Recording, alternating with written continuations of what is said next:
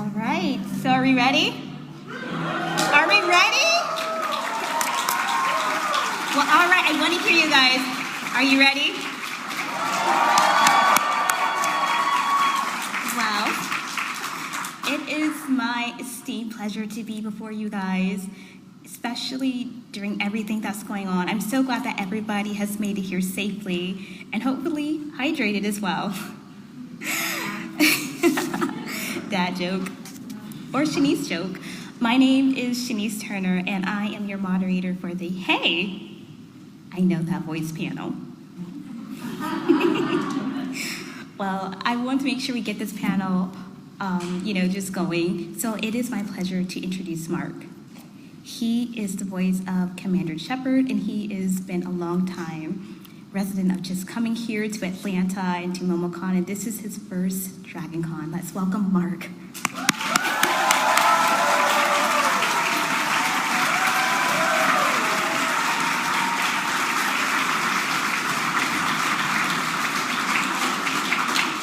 Hello, thanks for having me. All the way from Canada. Yes. Please, Asgard. I'd like to introduce a legend before us in the Disney world. He's done so many voices, such as Tigger and Pooh. Let me welcome Jim Cummings.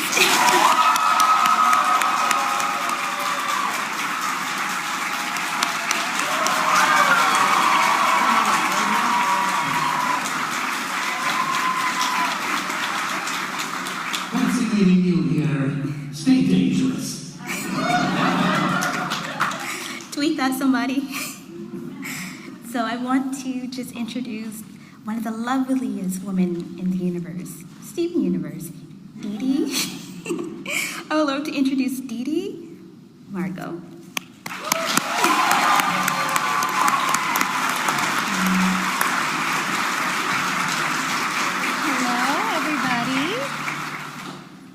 Nice to see you all. So I love doing icebreakers and all of those lovely things. So my question for anybody who else wants to go first. Thank you so much. Stay hydrated, everyone. Yes, hydrate. Yes, hydrate the body, hydrate the mind. So the question I want to ask as an icebreaker, what was your aha moment to know that you can make money off your voice, especially in voiceovers, and that people will recognize you for it? This is a very strange question. Sorry. It's wild. I never thought that I would be recognized just by my voice, but when I went to pick up my oldest son with my youngest son with me, he was kind of climbing on the furniture in the office, and I just said to him, you got to get down from that chair, it's dangerous, or something like that. And immediately, a student at the school said, "Excuse me, are you Dee Dee Magno-Hall?" And I just flipped out. It really surprised me. So, unexpected, but delightful. It's very nice. Oh God, not me. Well, I was always a very annoying child, so I got noticed for my voice really early on. And it was things like, "Will you shut him up, for God's sake?" It's that kind of. It's much better noticed the way you guys notice me. It's much better. Yeah, and the principals and Sister Mary Agnes, and we don't have dolphins here at St. Columba, Mr. Cummings. And they do now. But that was my route here. And next thing I know, I get to hang out with all you cool people. Mm-hmm. So that's a cool guy now. Oh, and let's see. Well, early in my career, I tended to do fairly extreme voices in video games, like monsters and things like that. So it wasn't until I did the role of Commander Shepard, because Commander Shepard's voice is not too different from my own. It's me trying to sound tough, essentially. But I do recall the first time that someone just heard my voice. It was actually in a comic book shop, and I was saying something to the clerk, and then somebody looked up and said, you're Commander Shepard. I went, oh, wow, I'm surprised you recognized me. He said, I have spent hundreds of hours with this. I have romanced many an alien with your voice. Do you have some penicillin with him? Space penicillin. Yes. We call it Omnigel. Thank you so much. So how has that made an impact on you, to be known for this? Sorry. How to do what? Sorry, how has that Take off been? the mask. How much of an impact has that been made on you guys, especially to know that you have fans and that this career has just taken off for you? Well, certainly, in my case, the Mass Effect stuff, it's quite humbling, actually, because I get people coming up to me all the time telling me how much Mass Effect helped them, and the trilogy helped them through very difficult times in their life, people who were stationed overseas, people who were going through health issues, things like that, and as I say, it is really humbling, and to know that something that I was working on helped them through that like that, and it is a very collaborative thing, it's the entire team, it's gratifying, and I'm really grateful to be part of it. Ditto. Sure words has been said. No, but it's really nice. It's nice. Like I say, it used to just get me kicked out of class, so I'm grateful that people get a kick out of my guys. And as far as comforting, what was it? Was that an aspect of it? Because I'm in the pool, I get invited to call a lot of kids, sick kids in hospitals, and take a gas too, and it's amazing. Let's get your bosun on out of there. And so, it's very nice, to know that it gives comfort. Pooh is a comfort critter, I think, and I'm very honored. It's kind of like my honor to do that. So stay sweet as honey. I'm fangirling right now. It's such a blessing to be to voice a character and bring to life a cartoon that can bring some kind of joy to someone's life in some way.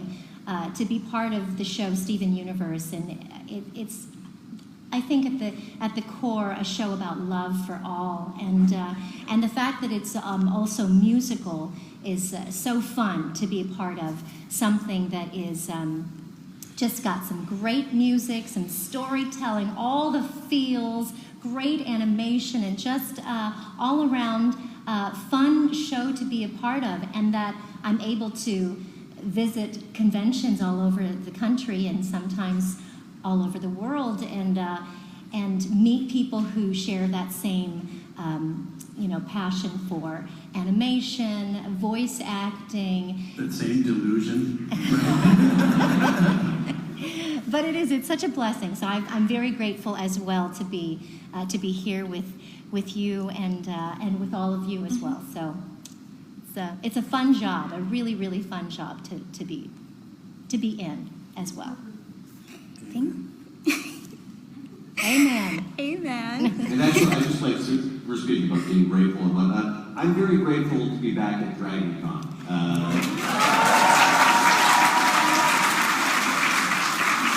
It's my first time. Yeah.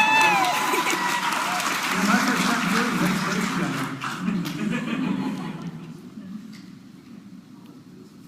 So I heard comfort, gratefulness, impact, and fun. So with everything in the world that's going on, how have you been able to practice self-care? We know as voice actors, your voice is your instrument. It's your voice. How have you been able to do this? Anything you can be able to share the audience who is doing this in the midst of a pandemic? Just the usual quart of whiskey for breakfast. I made that up, by the way. Let's see. I'll say something that's helped me through the last 18 months, playing a lot of Dungeons & Dragons online.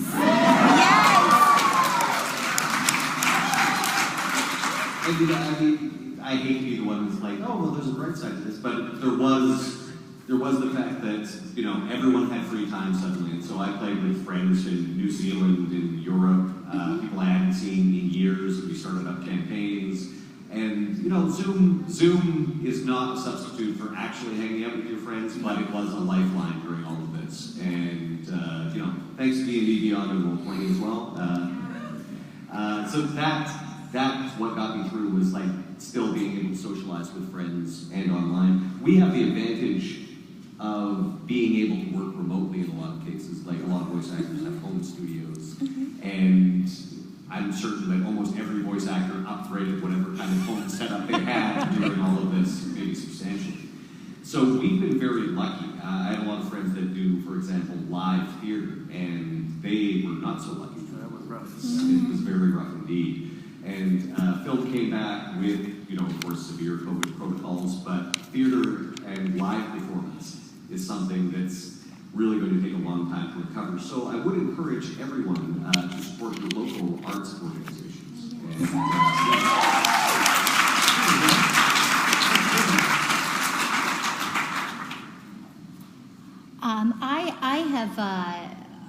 I prayed a lot, when during the shutdown.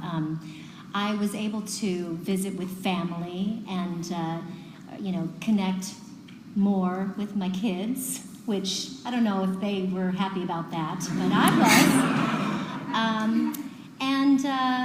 Tried to get outside safely whenever I could, see the ocean, breathe fresh air, exercise-ish, and just try to stay as positive as possible, because it was a trying time for everybody on so many different levels.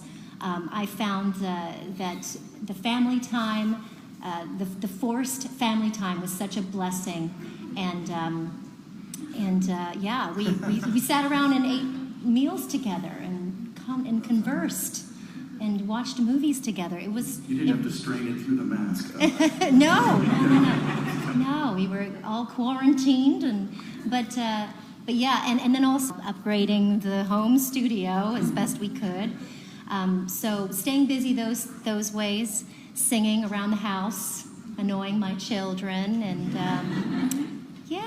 A time-honored tradition. I've been embarrassing my kids since forever. And I'm sorry, what's their question there? I have a home studio too.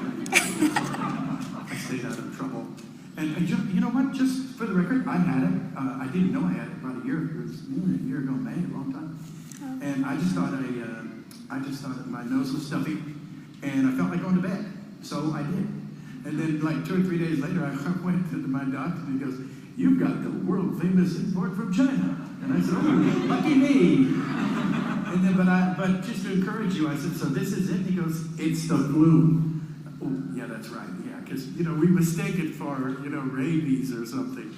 And for what it's worth, I got along with the flu. When I was in high school, I was sick as a dog. It was that flu where you're really, really sick. And I was 16 years old, and I was laying on the couch, and this is back when you had to get up and flip through channels. We only had 3. And they were all in black and white. And all it was a picture of the Washington Monument there with 1 million people, and I flipped it again, same picture, flipped it again, same picture. And then Martin Luther King came out and gave the I Have a Dream speech. So I saw it live. What you think about that? wow.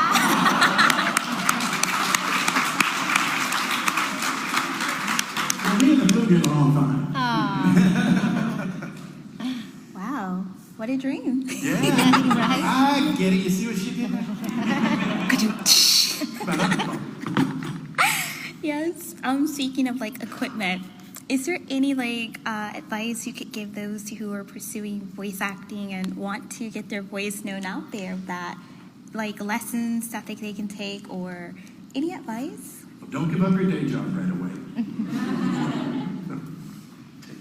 Let's see. Actually, I can refer you to something very new. Jennifer Hale, who you may know, is the female Commander Shepard and my sister in arms in the old N7.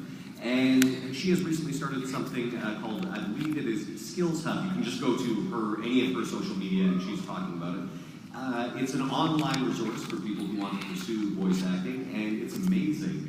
From what I hear, it's one-on-one online instruction with a fantastic roster of people. I know Steve Bloom is doing some stuff for her, and many other voices that you've heard in video games, cartoons, etc. So yeah, look that up because again, this is the question that we often get asked whenever we do one of these things: is how do I get into voice acting? What would you recommend? This is one place that's sort of a clearinghouse for all sort of advice like that, and also workshops and concrete things that you can do.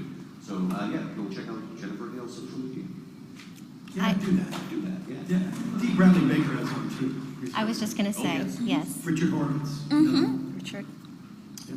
Very cool. Crispin Freeman has one as well. You guys may have heard of it. It's called Voice Acting Mastery. So it's a podcast you can download and listen on the go. Yeah, my dog Chico is going to be doing one soon. I made that up. Chico does good I work. was going to say, Chico must be a master.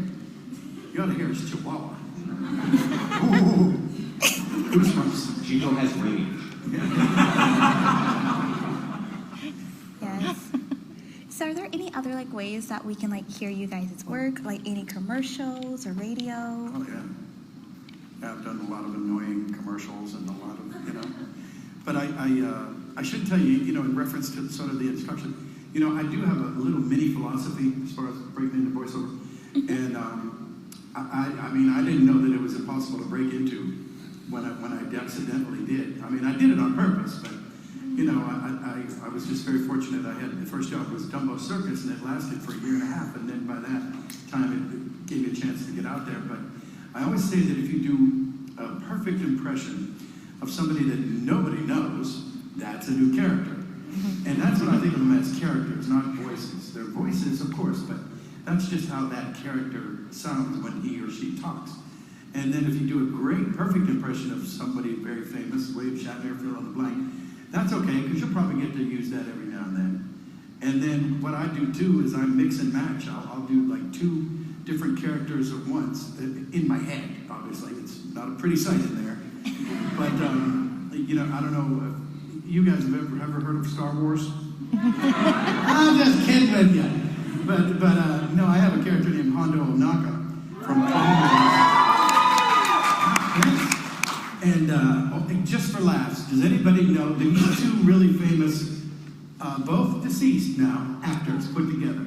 Anybody? Who is he a mishmash of? Exactly. Just like a picture. It's an original character. You Frankenstein two impressions. That's right. Wow. Yeah, and that's how you get anyway, it's Yul Brynner and Charles Bronson. Oh. Yeah, I know. Can you imagine how hideous their kid? Hondo actually kind of looks like their kid. Now that I think about it. He should moisturize more. I know. But when you put them both together, and then you have Hondo.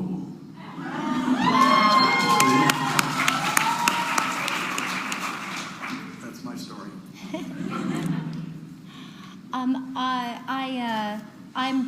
I lend my voice to an English version of a new show on Netflix called Trece, and it's based on Filipino folklore. So there's a Filipino, actually there's several different versions of it. So I do the English version, and I play the emissary. So that's on Netflix currently.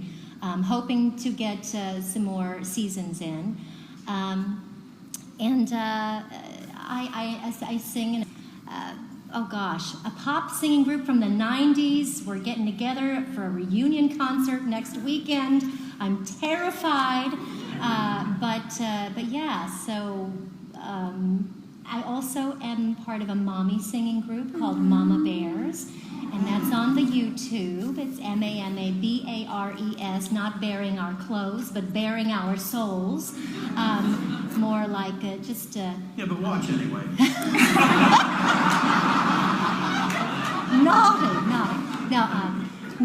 Yeah, so I wrote a few parodies, and they're popular songs, and I just kind of rewrote the lyrics to kind of match mommy life. So, but those are just a couple things that I've been doing. Yeah. Let's see. I talked about Dungeons and Dragons. I've been playing a lot of it online during all of this, and it actually led to something that I've been doing for the last few months, which is an official show on the Dungeons and Dragons Twitch and YouTube. It's every Thursday. I didn't do it this week because of Dragon, but it's called the Black Dice Society, and I play Brother Uriah Macabre in that, and also, if you're familiar with Ravenloft, I play Aslan Rex, the Dark Lord Lich. And that's been a lot of fun. It's a great group to play with. Dave Walters is our dungeon master. And during all of this, I've started up a number of podcasts, including a Vampire the Masquerade podcast called Stitch of Fate, a podcast by night. And you can listen to both of those on Spotify and pretty much anywhere you find your podcasts. And most recently, I've done a horror podcast. And as a matter of fact, do you mind if I mention Jim? Let's do it. All right. The first one I did with this company was called The Living Fears, and we've got one coming up which has not been released, but they told me I can talk about this. Both Jim and I are going to be in an upcoming horror podcast called Veronica. Pretty scary already, huh?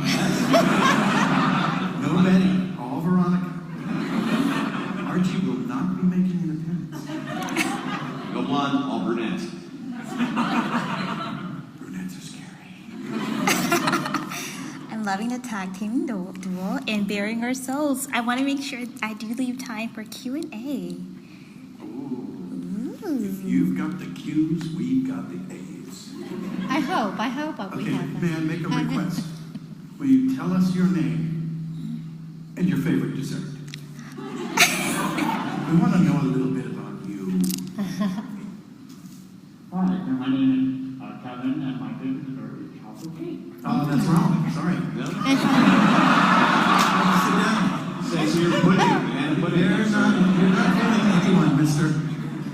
Okay, what's the story? Yeah, so my question is, again, when you did the voice of Dr. Robotnik with Sonic at AM, when you were getting player, they had the voice and then they had it sounded like really deep and booming compared to, like when he was outside with his normal voice. Was that an effect that they added in later on? What, the effect on the voice or something? Yeah, so when Dr. Robotnik... Are you saying I sucked? Just kidding. No, I don't You're doing I don't great. know. Oh, you're welcome. I just remember that. That hedgehog?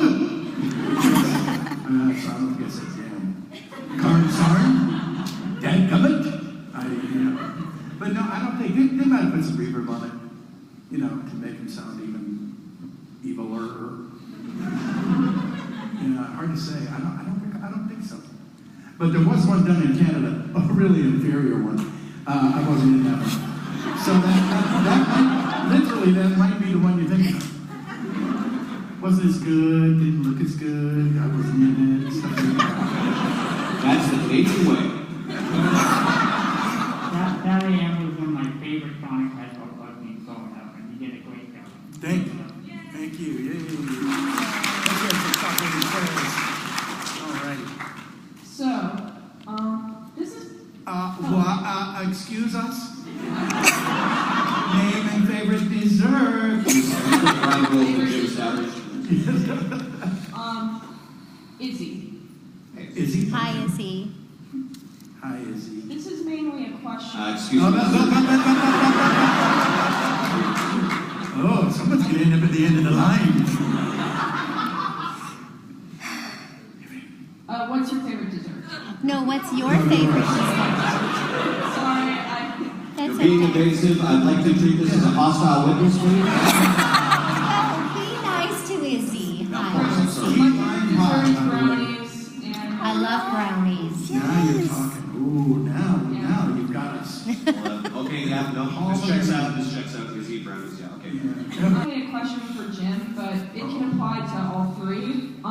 What do you think is your most underrated role? Jeez. I don't know. Which one would you say? maybe a little bit bonkers. Maybe. Yeah. I thought he was cooler than he got credit for. Him and Lucky. Also, Thank you. I love you right back. You're so sweet. Oh, for crying out loud, bonkers. Sit down. I don't know when you guys will be doing autographs Pretty soon. We might. In another zip code, though. I mean, where are we? We're back in Tanganyika, Yeah. in the other hotel. But I did bring something for Jim to autograph. Okay. I've got a magic marker. It was, it's a painting based on one of Jim's lesser-known roles. Which role? Which role? Lord Boxman from OKKO. Yeah. He must be a friend of OKKO's. I knew it.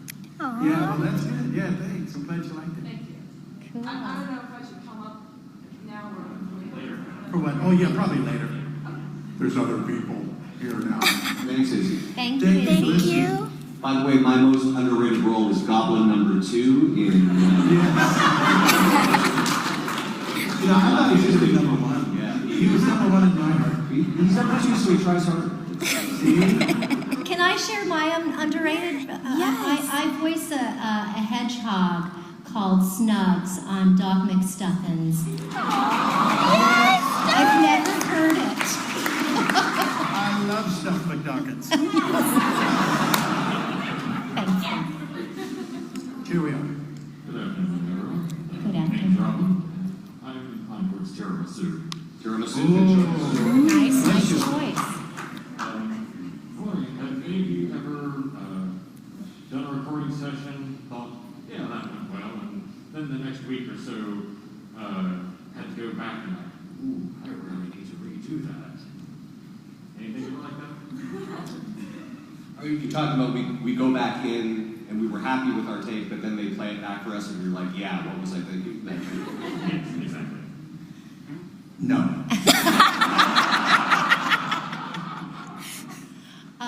I don't know if this is the same thing, but I've recorded a scene, and because of the performance, they had to change the drawing because it wasn't really matching the voice. So that's happened.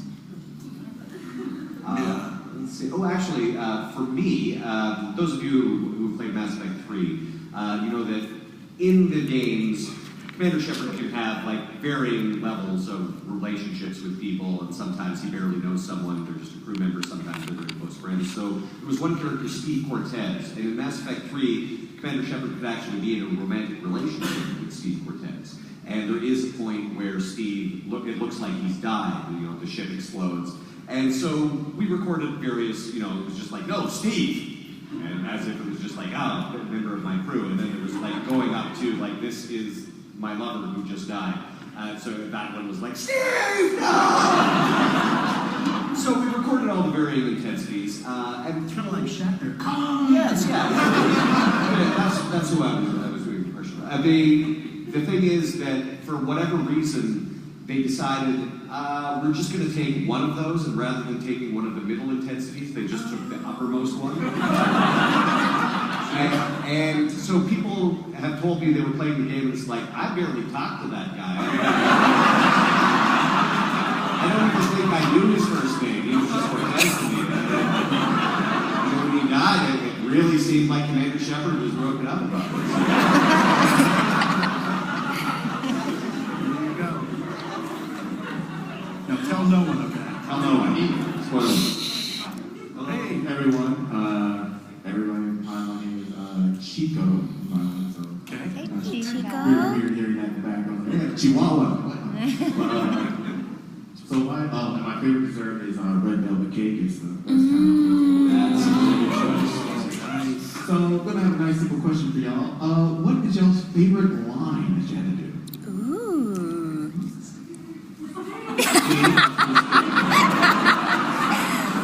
Actually, I do have a favorite line. So those of you who played Mass Effect know that the de facto catchphrase of both Jennifer and myself became, I should go. It was never intended that way. It's just that we say it so many times. You end almost every conversation as I should go or some variation of it.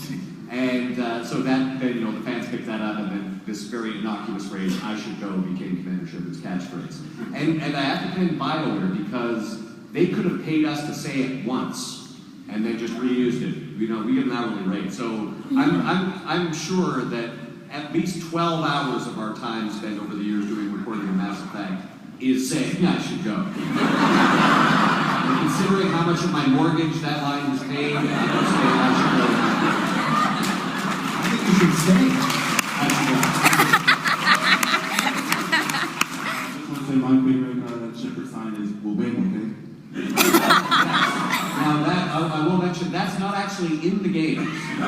That was created by Manslayer when he did his Gamer Poop parody videos, where he makes the characters say ridiculous and offensive and embarrassing things, and it's hilarious. But I've written Will Bang okay on more Mass Effect merchandise than most stuff that's actually in the game. So thank you, Manslayer. Thank you. Yeah, nothing wrong with that. Mine is, I should go. Could you do it as food, please? I should go.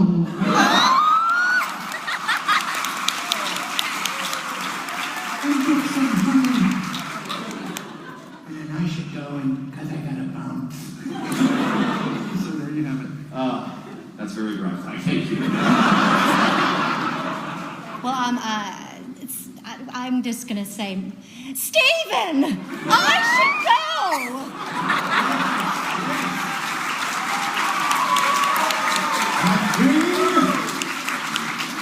All righty.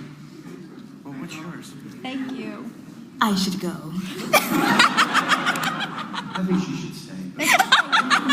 Hi there, my name is Marie, and my favorite dessert is Ben & Jerry's chocolate caramel cheesecake. So good. Mr. Cummings, I have enjoyed your work for a very long time. You've done two of my most favorite pirates, one of them being Hondo, of course, and the other being Don Carnage. Oh, fantastic. It's too fantastic that you get to be me like this. I was wondering if there were elements of Don Carnage that made it into Hondo, sort of like an older, wiser Don Carnage. Or... Yeah, maybe. Somebody else told me that.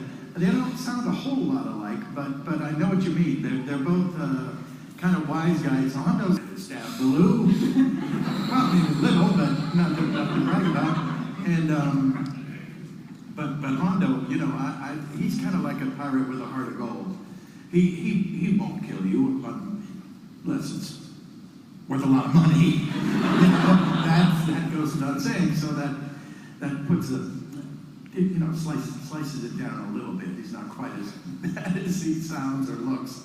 And I also wanted to ask all three of you if you had noticed that voice acting seems to have gotten a lot more respect since, like, say, the 80s and 90s, where you were just a name on a big mass of other names, and now you actually have fans because people know that you did this part. That's right. Would you say that's... That's no better. I mean, have you all noticed the change over time, or has it been very subtle? Yeah, I think so. Yeah, I have. Yeah, I have. Plus, like when I started, there was like 8 of us doing it. Now there's 800. So, but it's a lot of fun. I mean, the people tell you if you're doing well. If they pick up the cartoon, if they like the movie, if they fill in the blank. So it's very gratifying to me.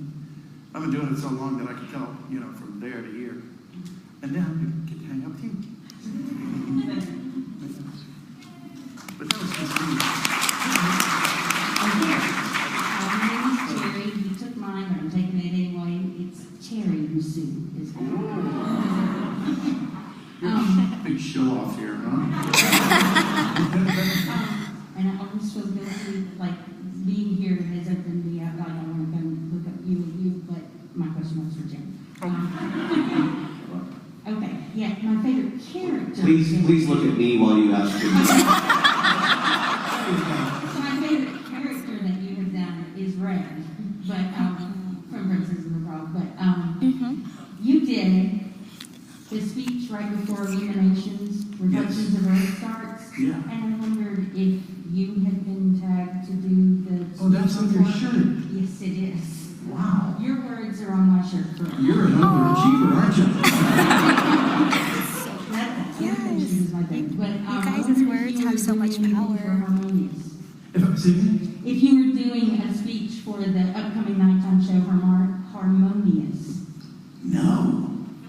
We should fix that. I think you need to write a letter to somebody. I don't know who. I like your shirt. But all three of you guys are great. I just wanted to ask that. You know, it's funny, that was supposed to go, I think, for like 6 months, and it made it, I think, 20 years. 20 years Wow. exactly. 20 years exactly. Yeah, that's right. That's right. They said, October yeah. 1st, 99, September 30th, 2019. Wow, you're good. Wow. I'm not playing trivia with you. The answer is Jim Cummings. Okay. Oh, thank you.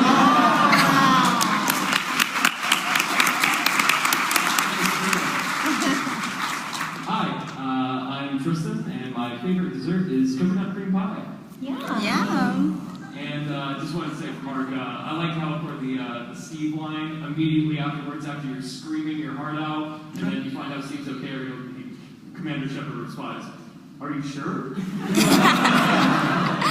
Yeah, it's a pretty abrupt mood swing. Yeah, maybe they should have put in some options, but that's okay. My question is for any kind of voice or character that you're going to do that has like a foreign accent. How do you do the research for it so that not only are you doing this different kind of accent, but that you're respectful about like the foreign accent?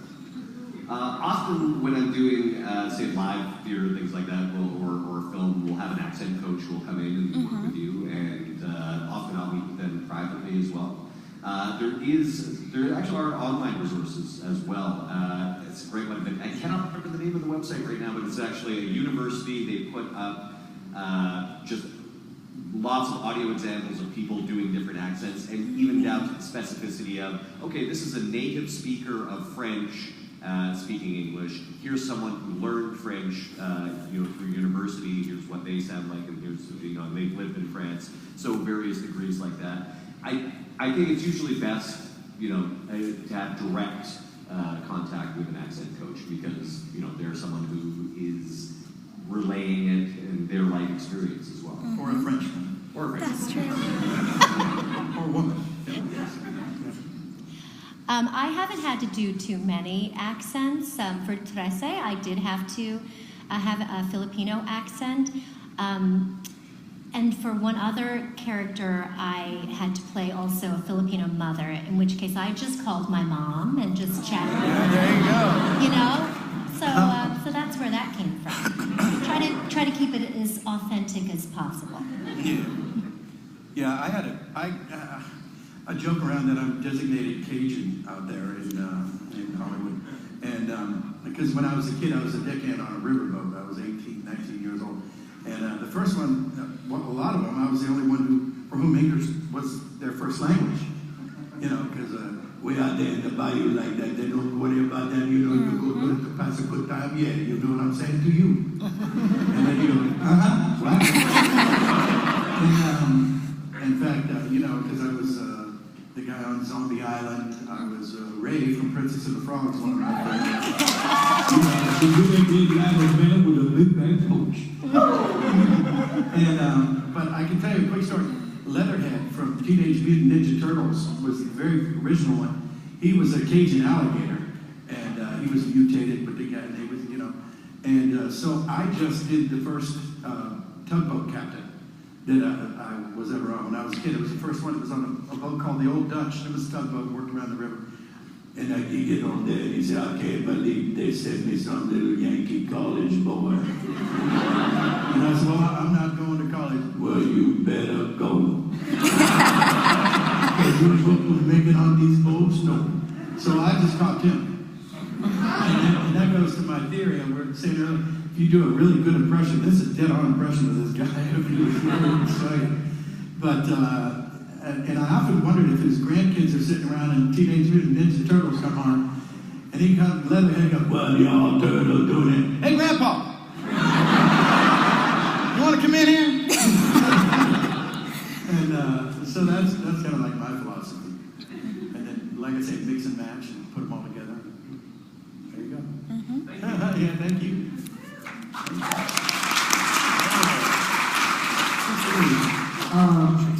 On Steve. It's all right. All right. My favorite dessert is Belgian chocolate ice cream. My question is pretty simple. It's for all three of you. Was there a voice that you had to perform that was difficult or very hard to articulate, per se? There was a voice, well, there's several voices. In Mass Effect, I play the Vorcha. I play all of them. Anytime you see a Vorcha, it's me. That wasn't the original plan. They gave me the first Vorcha that they laid down, and I essentially just filled my mouth half full of water, and there was no technique to it or anything. I just screeched as loud as I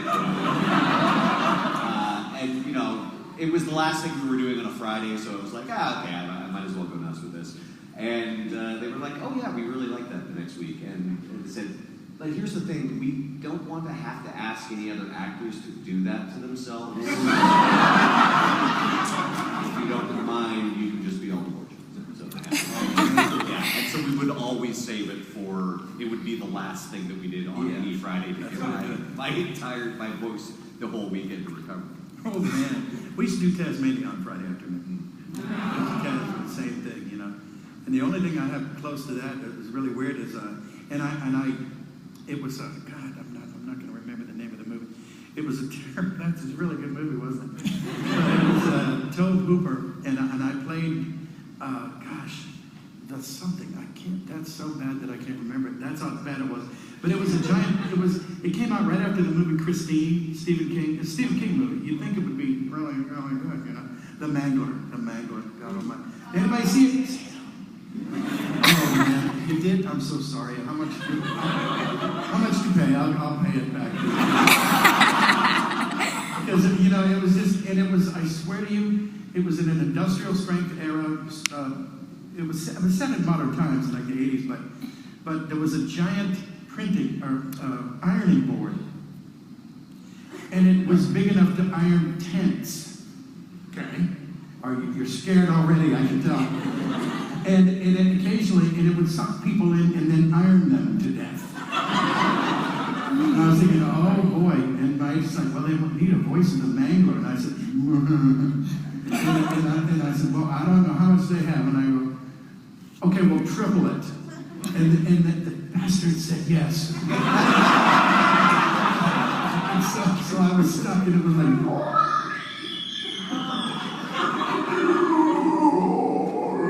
and then another one was,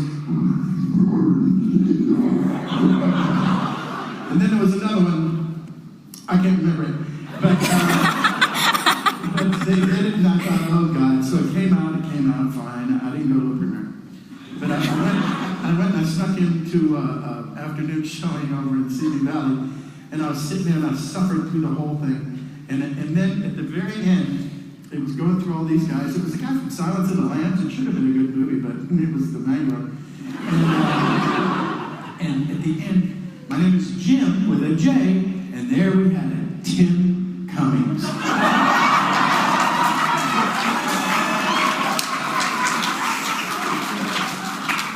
So hurry up and don't read it right away. Is that what the question was? Very difficult. I'm sure I distracted everyone. Sorry. I remember right before I had to record It's Over, so that's a song from Steven Universe and one of Mr. Greg episode. And I was at the time doing a show called Tommy, the musical, and that was strenuous singing. I was doing the show with my husband, and I had to go in one morning to record It's Over, and I just couldn't. I didn't have the voice that I wanted to perform the song, so I had to postpone the recording and then come in for another time, but still doing the show during the week. So it wasn't. I didn't feel like I had the best of my potential, I guess, my voice, strength-wise, but I guess it lended to the emotional aspect of that song. So that was the take. I sang it a few times that day, and Rebecca was happy with it. So then I was too. So hopefully, hopefully it was okay. But It was a wonderful episode. thank you very much for your time. Thank you. Thank you. You too. You have a wonderful night. I'm Josh. My favorite dessert is anything with peanut butter. So I've got to know first what y'all's favorite desserts, and then have you ever really wanted a character, trying to get a character audition, gave it everything you had, and then you didn't get it? I like all three of them. Oh, so many. Yeah, I wanted to be Marge Simpson. Thanks for bringing it up. Well, what's your favorite dessert? Oh, yeah. Oh, key lime. Key lime pie. Yes. Yeah, absolutely. You know, I'm torn between a nice chocolate cheesecake and creme brulee. I like Jamocha almond fudge ice cream. It's hard to find sometimes, but yeah, I like that. And the second part was also like a role that we wanted to play. Okay, so I did demo work on the original Knights of the Old Republic. So basically, it's like scratch recording, and we know that we're likely going to be replaced. So I did like a bunch of Imperial officers and various other minor characters, but the main demo role that I played was Karth Onasi in the original. And of course, I'm not sure if you know, but the person who ended up actually getting the job was Raphael Sabarge, who plays Caden Alenko in the Mass Effect trilogy. So in the first panel that we ever did together, it's like, and that's why I killed Caden on Vermont.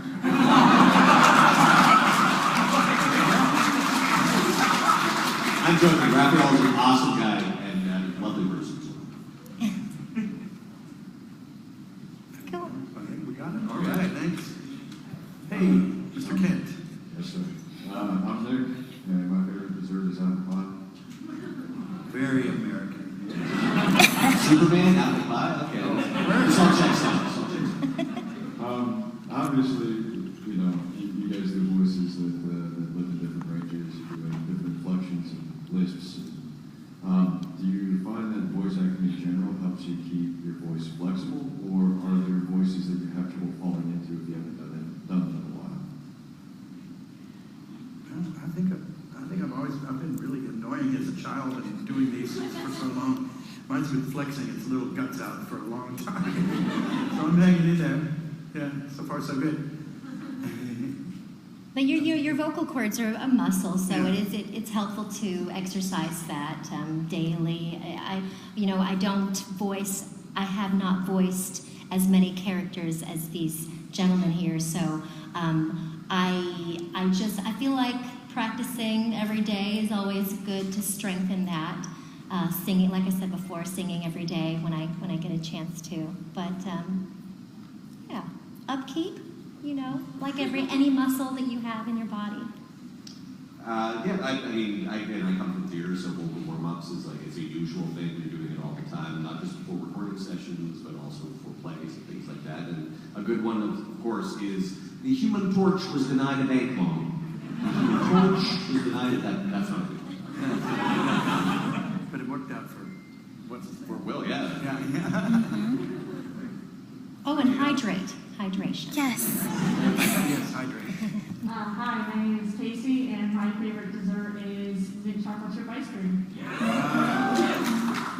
Okay, so my question is for Jim Cummings. I'm a huge fan of you, Darkwing Duck, and I have to ask, what is your favorite of his little speeches you give every time you show up to be the bad guy?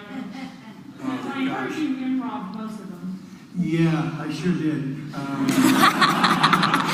Because they would write something, and I would always do it. I would always do, the way it worked is, I am the terror that flex in the night. I am the winged scourge that pecks at your nightmares. I am Darkwing Duck. And the only thing that would change is the line in the middle. And so, but I ad-lib a lot. And so, by about 7 or 8 shows in, it said, I am the terror that flaps in the night. Who cares what I write here? You know Jim's going to say something else anyway. But I always did do it, you know, the way that they, there was the, and then there was a few that I tried to sneak past. I am the toilet bowl that will not flush no matter how hard of crime. You know, I always had something about crime in there. And aren't you glad you asked?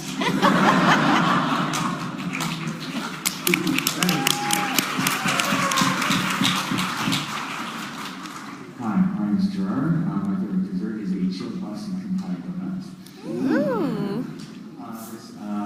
This question is for Mark. I know that you from various other panels from previous Giant Cons have also played Mass Effect quite a lot. I was wondering, what is one of the scenes that you like voiced, and then you saw it played on the game, and you're like, oh, it just seeing the visual for what they were projecting from you, okay, this is what's going on, and now and then seeing it on screen, you're like, oh, this is why they wanted to do this. Did they show you characters first? They do. They would show us character designs, and things like that. Yeah. And actually, BioWare was actually very good about if there was anything that was going to be even remotely confusing to voice, they would provide an animatic. But no, these were very simple, primitive animatics. This wasn't like watching gameplay. This was like, you know, there'd be essentially that blue rectangle is Shepard, and these red rectangles are all the mercs, and this is your spatial relationship. Well, that makes sense. Yeah, but the funny thing is they would have the environment built, so it would be, you know, at least a rough estimate of, you know, like they say the Presidium or some background. But then you just have like this blue rectangle sort of popping around. This comes over here, and then occasionally like a gun would float next to one of the rectangles. Yeah, so that was always fun. So, but because of that, I didn't really have any like huge surprises like when it came to the game.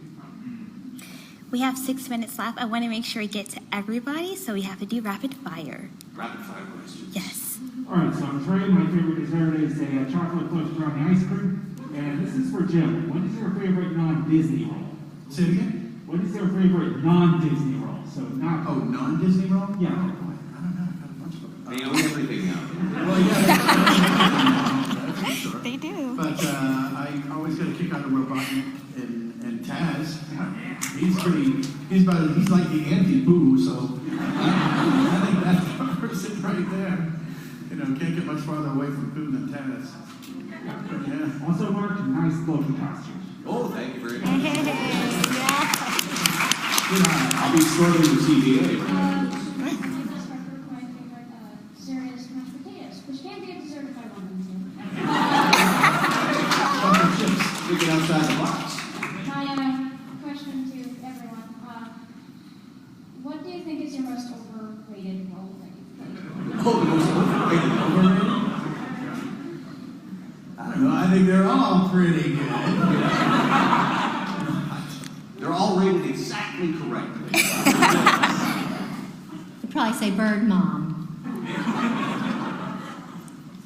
Okay, I've got one. No one will know this, but for many years I did a show on CEC Radio, which is the national radio in Canada, and you know the government pays for it and everything. And we had a sketch show called The Irrelevant Show, and there was this one sketch that we did that was basically about, you know, a couple deciding what to name their kid, and it was called Granny because the lady wanted to name the kid Granny, like after her grandmother, and I never found it very funny, but the audience apparently did, and they just kept bringing it back. We just had to do it at best of shows constantly, and so I was always, I don't understand why this is hilarious. Like, no, trust us, this is funny. So yes, that guy in Granny, overrated. And Oscar and Emmy were not. Here we go. Thanks. Thank you. Hi, my name is Ezra, and I like Bananas Foster's top vanilla ice cream. And the question that I have for y'all is, what is your least favorite role that you have played as voice actors? Well, I answered that one. That guy from Granny. I don't have very many roles, so I love them all.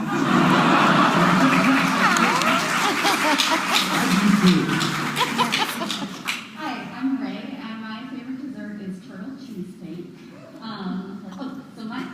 is, have you ever been working on a project and the way you approach the character's voice actually influenced the writers to change the character? What was it? It was established and then So they like, changed if, yeah, you were working on the project and the way you were doing their voice actually had the writers go, wait, and change the character in some way. They kind of did that with me in a show called Bonkers. They started out and we did like 10 or 11 shows with Bonkers and certain cast members in the show. And then they go, okay, we don't like this. And then we just started all over again with Lucky Mikkel and the others. So that was the closest to that, I guess, for me. Thanks for bringing it up.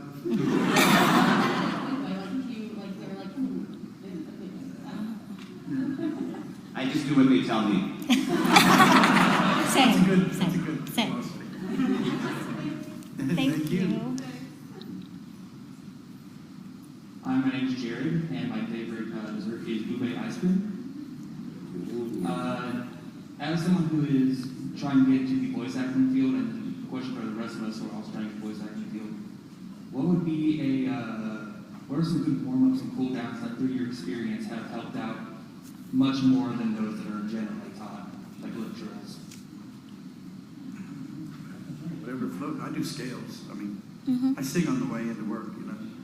Because if you're ready to sing, you're ready to do all the rest of your stuff, pretty much. Like to smoke at least half a pack before. Get that gruff. Yeah, get that gruff thing going on. The quart of whiskey that Jim mentioned earlier. That's a given. Yeah. I think I did hot tea and honey, ginger. Those are always helpful for me. Wait, that's an actual answer. That's a real answer. Tongue twisters. But I do try not to drink coffee before I go in because I have a thing where I have it's like, a sticky, in my mouth. And the microphone always picks it up. So they're always constantly asking me to take a bite out of a green apple or, that's the trick. drink something that'll make you salivate.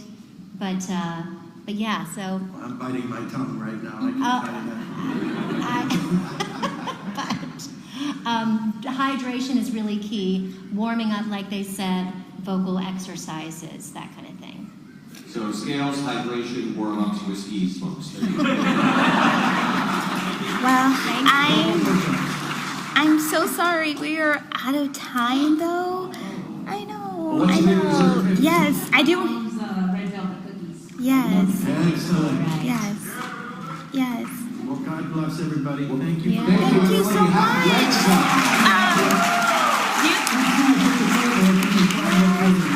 I'm sorry. Yes. Do you guys want to take a picture of the audience? Sorry. You want to take a picture of the audience? Yes. Hi. So we can do like a selfie picture. How does that sound? To do a selfie picture, like? Yeah. Let's do that, everyone. Yeah. What are we doing here? Oh. Selfish? All right.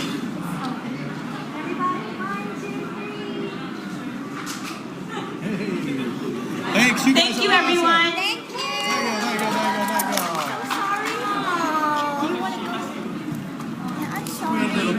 You have an iPhone? Yeah. iPhone, yes. Yeah, I was Sweet little poo. I didn't want to. I was like, we have to. Yes. He's cool. I know. You gotta Okay. Yeah, I was like, we got one more minute. Come see me at the table. Wherever the heck it is. Yes. I don't know where it is. Sorry. Thank you. Heard anything about cartoon gun fever? Like, I know they're doing I haven't heard. They keep saying. Yeah. Well, if they do, I'll be there. I'll meet you there. You guys like the panel? All right. It's a deal. Awesome. All right, guys. I don't know why. Got my data on. Where this is everybody. Oh. The panel. Oh, no worries.